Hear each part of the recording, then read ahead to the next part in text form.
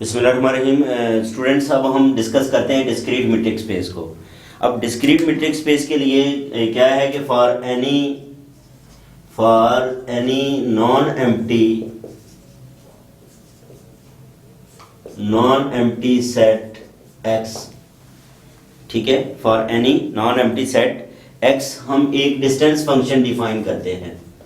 Define क्या है? D X by X to R positive, ठीक है, एक्स बाय एक्स, यानी कि इसकी जो इनपुट होगी वो इस एक्स के ऑर्डर्ड पेयर्स होंगे, दो एलिमेंट्स होंगे, और ये हम डिफाइन करेंगे बाय, ठीक है, कैसे डिफाइन करते हैं?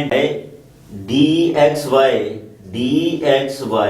इज इक्वल टू, अब डी एक्स वाई में हमारे पास वैल्यू जो है वो जीरो के इक्वल आएगी if x is equal to y, और 1 आएगा if x is not equal to y।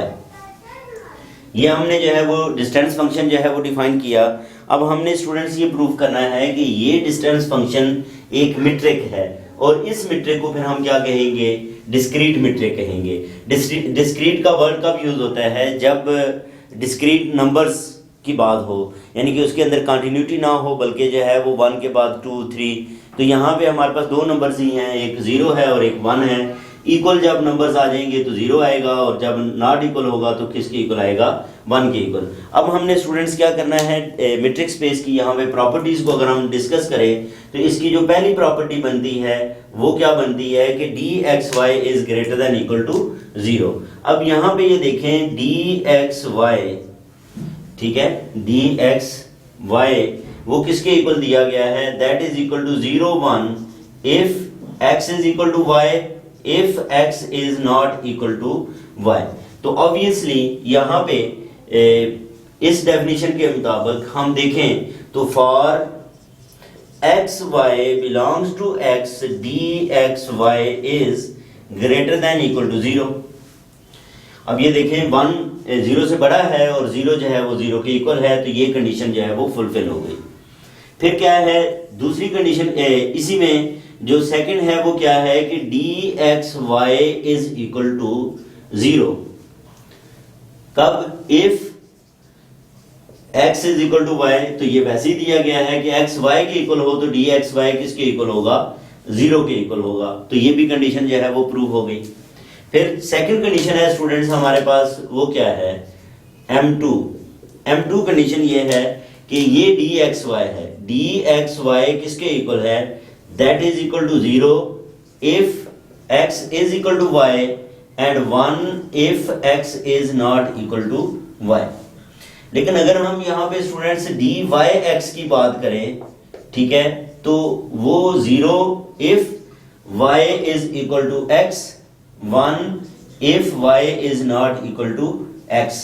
तो अब अगर आप देखें दोनों के अंदर कोई डिफरेंस नहीं है, यानी कि दोनों क्या है? आपस में इक्वल है, तो हम ये कह सकते हैं कि D X Y is equal to D Y X. Symmetric property भी जो है वो क्या हो गई? प्रूव हो गई।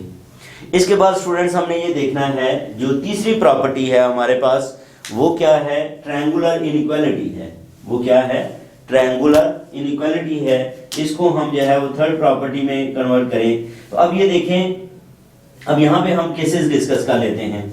For x let x y z belongs to x, ठीक है, एंड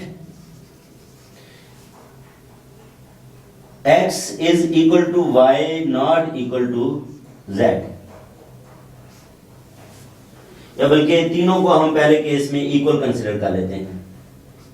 तीनों को क्या कंसिडर कर लेते हैं? इक्वल कंसिडर कर लें। तो D X Z is equal to D X Y plus D Y Z आएगा। ये देखें जब इक्वल हो तो उस सूरत में आंसर 0 है, तो ये भी 0, ये भी 0, ये भी 0, तो इसका मतलब यह है कि ये ट्रायंगुलर इनइक्वालिटी में इक्वल का केस है। ट्रायंगुलर इनइक्वालिटी में किसका केस है? इक्वल का केस है। अनइक्वल में हम कहते हैं कि लेट x is not equal to y x is equal to Y not equal to z। तो इस सूरत में अगर हम स्टूडेंट्स इसको जो है वो अगर लिखते हैं तो ये क्या लिखा जाएगा, इस सूरत में ये क्या बनेगा हमारे पास, ये बनेगा d, ये हमारे पास आएगा d X Z is equal to D X Y plus D Y Z. ठीक है, D X Y D Y Z. अब इसको भी अगर आप जो है वो देखें तो डी एक्स जेड जो है वो हमारे पास क्या है, D X Z that is equal to X Z के इक्वल नहीं है तो ये 0 आएगा। ठीक है, डी एक्स वाई इक्वल है, सॉरी इक्वल नहीं है तो ये 1 आएगा, इक्वल है तो ये 0 आएगा, और वाई जेड भी आपस में इक्वल नहीं है। ठीक है, तो ये क्या आएगा, 1 आएगा। एक्स जेड भी आपस में इक्वल नहीं है तो वो भी 1 था, तो 1 इज इक्वल टू 1, ये भी केस इक्वल का केस है।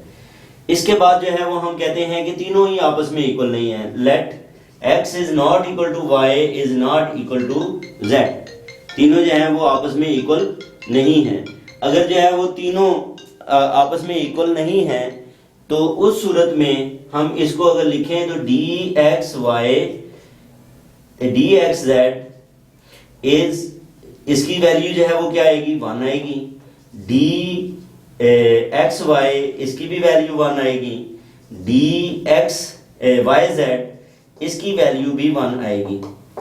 तो इसका मतलब ये है कि हमारे पास डी एक्स जेड जो कि 1 है, D X Y plus D Y Z के इक्वल होगा, यानी कि 1 लेस देन 2 आएगा। तो ये ट्रायंगुलर इनइक्वालिटी है। इसका मतलब ये हमारे पास जो फंक्शन हमने डिस्टेंस फंक्शन डिफाइन किया है ये मीट्रिक फंक्शन है, और मीट्रिक फंक्शन, ये जो मीट्रिक फंक्शन है हमारे पास इसको डिस्क्रीट मीट्रिक कहते हैं। और इसके साथ अगर हम जो है वो जो भी कोई नॉन एम्प्टी सेट x है, ठीक, उसके साथ इस d को मिला दें तो ये क्या बन जाती है, मीट्रिक स्पेस बनती है, और इस मीट्रिक स्पेस को डिस्क्रीट मीट्रिक स्पेस कहते हैं। इसके बाद स्टूडेंट्स हमारे पास है distance between the sets, diameter, bounded sets वगैरह, ये हम नेक्स्ट वीडियो के अंदर डिस्कस करेंगे। अपना ख्याल रखें, अल्लाह हाफिज़।